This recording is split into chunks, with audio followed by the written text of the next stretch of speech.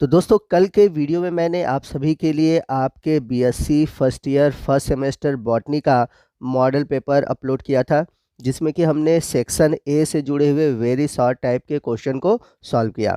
आज के इस वीडियो में मैं आप सभी के लिए महात्मा गांधी काशी विद्यापीठ के BSc first year first semester botany के सेक्शन बी से जुड़े हुए क्वेश्चन का लेकर आया हूँ। और सेक्शन बी में आपसे शॉर्ट टाइप के क्वेश्चन पूछे जाएंगे। और आपको बता दें कि सेक्शन बी से कुल 8 क्वेश्चन दिए जाएंगे और आपको उसमें से केवल 5 क्वेश्चन ही करने हैं।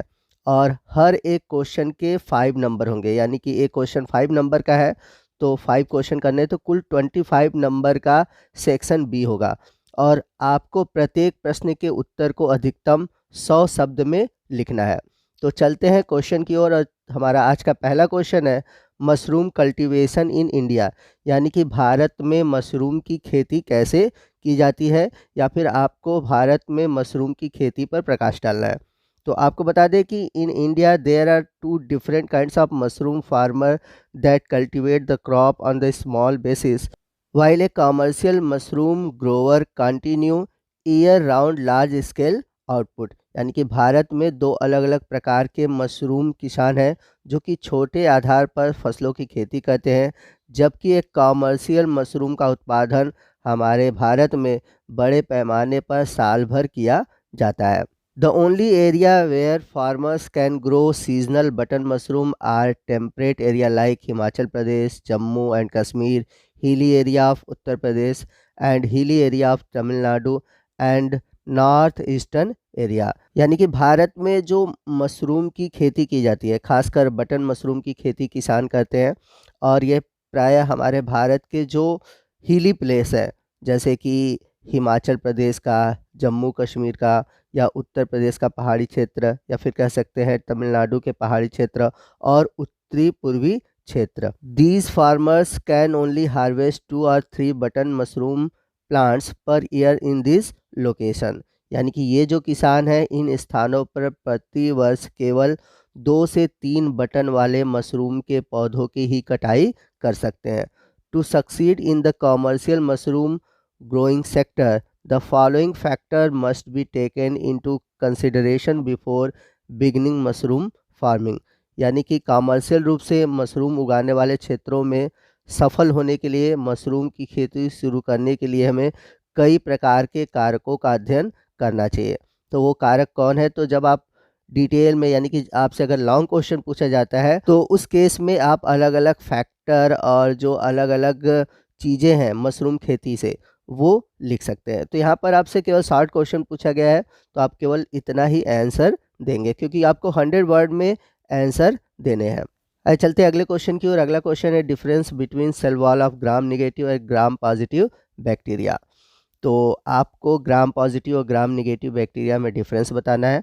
यही क्वेश्चन आपसे कई तरीके से पूछ सकता है, जैसे एक और तरीके से क्वेश्चन पूछ सकता है, write down important difference in cell wall of gram positive and gram negative bacteria. यानी कि ग्राम पॉजिटिव और ग्राम नेगेटिव बैक्टीरिया के सेल वॉल में क्या डिफरेंसेस है। तो दोनों तरह के क्वेश्चन हो सकते हैं, आपको आंसर एक ही तरह का लिखना है। तो यहाँ पर आप देख सकते हैं डिफरेंसेस लिखा गया है और डिफरेंसेस कुछ पॉइंट के बेसिस पे लिखा गया है। तो यदि हम इलेक्ट्रॉन माइक्रोस्कोप से ग्राम पॉजिटिव बैक्टीरिया को देखें तो इसकी जो लेयर होती है वो होमोजीनस होती है, यानी कि एक जैसी दिखती है। जबकि ग्राम नेगेटिव बैक्टीरिया की अगर हम लेयर की बात करें तो इसमें 3 लेयर आपको देखने को मिलते हैं।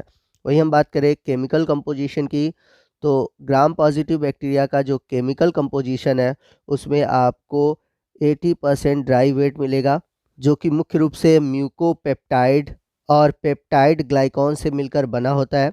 बाकी इसमें 20% पॉलीसेक्राइड और टिकोइक एसिड पाए जाते हैं, परंतु इनमें लिपिड नहीं पाया जाता। वही हम बात करें ग्राम नेगेटिव बैक्टीरिया की, तो इसमें पेप्टाइडोग्लाइकॉन लगभग 3 से 12% पाया जाता है। इसके अलावा ग्राम नेगेटिव बैक्टीरिया में लिपिड पाए जाते हैं, जबकि ग्राम पॉजिटिव बैक्टीरिया में लिपिड नहीं था। और साथ ही साथ ये जो लिपिड है वो पॉलीसेक्राइड के साथ एक कॉम्प्लेक्स स्ट्रक्चर बनाता है। और यहाँ पर आपको बता दें कि ग्राम नेगेटिव बैक्टीरिया में टिकोइक एसिड नहीं पाया जाता। वहीं हम बात करें दृढ़ता की, तो जो ग्राम पॉजिटिव बैक्टीरिया है उनमें म्यूकोपेप्टाइड की वजह से दृढ़ता अधिक पाई जाती है, जबकि ग्राम नेगेटिव बैक्टीरिया में पॉलीसेक्राइड प्रोटीन और लिपिड कॉम्प्लेक्स की वजह से दृढ़ता अधिक नहीं पाई जाती। वहीं हम बात करें थिकनेस की, तो ग्राम पॉजिटिव बैक्टीरिया थिकर होते हैं जबकि ग्राम नेगेटिव बैक्टीरिया थिनर होते हैं। वहीं हम बात करें ग्राम पॉजिटिव बैक्टीरिया अगर एंटीबायोटिक के प्रति देखा जाए तो संवेदनशील होता है, जबकि ग्राम नेगेटिव बैक्टीरिया उसके प्रति संवेदनशील नहीं होता। वहीं ग्राम पॉजिटिव बैक्टीरिया का जो बेसल बॉडी है जो कि फ्लैजिलम के आधार पर इसमें 2 रिंग होते हैं, जबकि ग्राम नेगेटिव बैक्टीरिया में 4 रिंग होते हैं। तो यहाँ पर मैंने 7 डिफरेंस को लिया हुआ है, आप इनमें से कोई 5 डिफरेंस को याद कर लेंगे और स्टार्टिंग के जो 2 हैं आपको ज़रूर याद करने हैं। आइए चलते हैं अगले क्वेश्चन की ओर, और बहुत ही अच्छा क्वेश्चन है और ये क्वेश्चन पहले बहुत पूछा जाता था और आपके सिलेबस में मेंशन भी है। क्वेश्चन है describe in brief fairy ring. तो इसे हिंदी में बोला जाता है परियों का डांस। तो आपको फेरी रिंग के बारे में बताना है। तो फेरी रिंग अगर आप टॉपिक पढ़े हैं तो ये आपको एगेरिकस में पढ़ने को मिलेगा, यानी कि मशरूम में पढ़ने को मिलेगा। तो फेरी रिंग होता क्या है मैं आपको बता दे रहा हूँ। यहाँ पर इंग्लिश में लिखा हुआ है, मैं हिंदी वाले पोर्शन को पढ़ दे रहा हूँ तो आपको अच्छे से समझ में आ जाए। तो आप हिंदी इंग्लिश जो भी यूज़ करना है आप यूज़ कर सकते हैं। तो आपको बता दें कि जो बेसिडियोमाइसीटीज ग्रुप के मेंबर हैं, खासकर जैसे एगेरिकस पेरिसोमस, ठीक। तो इसमें क्या होता है कि लंबे समय तक जो फलकाय है वो, मतलब फलकाय मतलब फ्रूटिंग बॉडी, वो विकसित हो जाते हैं, जिसे हम फेरी रिंग कहते हैं।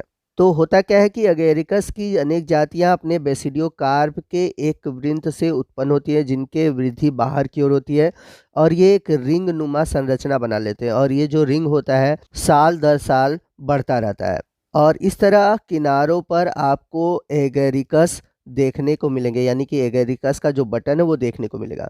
तो ये देखने पर कुछ ऐसा प्रतीत होता है कि जैसे परियां डांस कर रही हैं, इसलिए इसे फेरी रिंग कहते हैं। तो यहाँ पर आप देख सकते हैं कि एक सर्कल में आपको एगेरिकस देखने को मिल रहा होगा। तो कुछ ऐसा लग रहा है कि मतलब कि चारों तरफ एक सर्कल बनाकर कोई डांस कर रहा हो, ठीक है, कुछ इस तरह ही दिखाई देता है, इसलिए इसको हम बोलते हैं फेरी रिंग। तो अगर हम बात करें एगेरिकस पेरिमोसस की, तो इसमें औसतन जो फेरी रिंग होता है, यानी कि जो फेरी रिंग के लिए जो वलय होती है, जो सर्कल होती है, वो लगभग 12 सेंटीमीटर का पाया जाता है।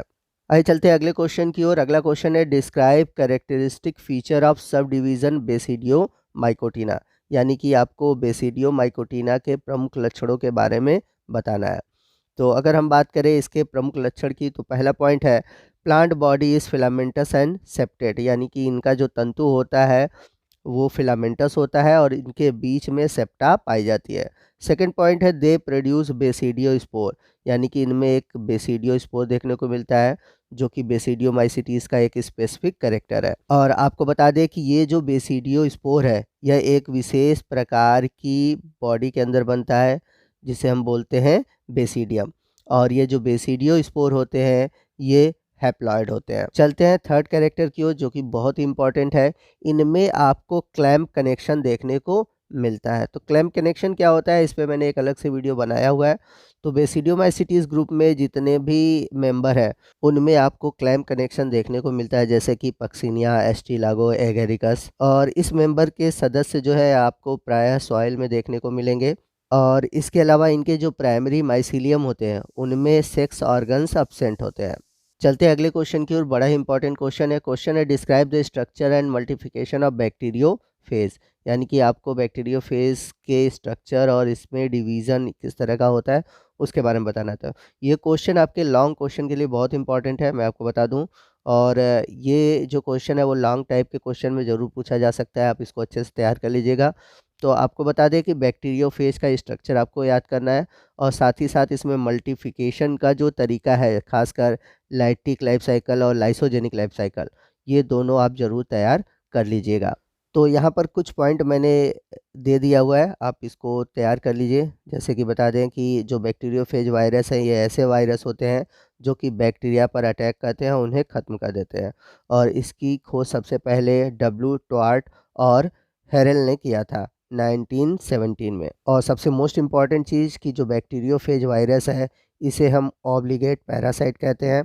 और इसके जो पूरे स्ट्रक्चर है ये डिवाइड होते हैं 3 पार्ट में, हेड, नेक एंड टेल, जैसा कि आप फिगर में नीचे देख सकते हैं। तो अगर आपसे लॉन्ग क्वेश्चन पूछा जाता है तो लॉन्ग क्वेश्चन में आप बाकायदे हेडिंग डालकर हेड, टेल और नेक के बारे में लिखेंगे। यदि शॉर्ट में पूछा जाता है तो आपको बस थोड़ा-सा लिखना है और साथ ही साथ उसमें फिगर आपको ज़रूर मेंशन करना है। चलते हैं अगले क्वेश्चन की ओर। अगला क्वेश्चन है describe symptom, causal organism and control of citrus canker.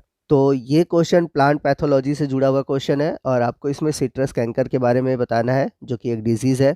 तो आपको बता दें कि citrus canker is wide spread disease in all the citrus growing area of the world. It is started to have originated from China and spread to Europe and USA। यानी कि कहने का मतलब है कि नींबू का जो कैंकर डिजीज़ है, यह एक विश्वव्यापी रोग है और इस रोग के बारे में धारणा यह है कि यह रोग चाइना से उत्पन्न हुआ है और धीरे-धीरे यह यूरोप और अमेरिका में फैला। यह रोग भारत, चीन, जापान तथा जावा में काफ़ी गंभीर रूप से फैला हुआ है। और यदि हम बात करें इस रोग के लक्षण की, तो यह रोग पौधों की पत्तियों, शाखाओं, फलों इत्यादि पर आक्रमण करता है और इसमें जो लीफ होता है, वो सर्वप्रथम छोटे, गोल व अपारदर्शक धब्बेनुमा रूप में विकसित हो जाते हैं और बाद में आगे चलकर यह भूरे रंग का हो जाता है। और इस डिज़ीज़ के बारे में आप और डिटेल से पढ़ लीजिएगा क्योंकि आपके एग्ज़ाम में इससे क्वेश्चन बनते हैं और ख़ासकर ये लॉन्ग क्वेश्चन पूछा जाता है, ठीक? तो क्वेश्चन तो बहुत सारे हैं और बहुत सारे इम्पोर्टेंट क्वेश्चन है और सभी क्वेश्चन को एक ही वीडियो में इंक्लूड कर पाना इम्पॉसिबल है।